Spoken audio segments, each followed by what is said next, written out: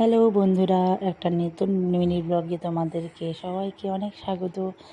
তো আমরা দেখতে পাচ্ছ আমরা বসে আছি, মানে হঠাৎ করে মনে হলো যে একটা ছোটো করে মিনি ব্লগ করি। তো আমার হাজব্যান্ডের সাথে একটু সাগর দিঘির পাড়ে একটু হালকা করে ঘোরাঘুরি করতে গিয়েছিলাম। তো এই যে সাগর দিঘিটার বাইরেটা অনেক লাইট ফাইট ছিল, এই টাইমটা সন্ধ্যার টাইমটা আর কি। তারপরে বসে বসে মোমো খাচ্ছি অনেক দিন পরে। দেখো, ভেজ মোমো নিয়েছিলাম, ভেজ মোমোটা আমি বেশি পছন্দ করি। তো এই যে কত টেস্টি, অনেক দিন পরে মোমো খাচ্ছি আজকে।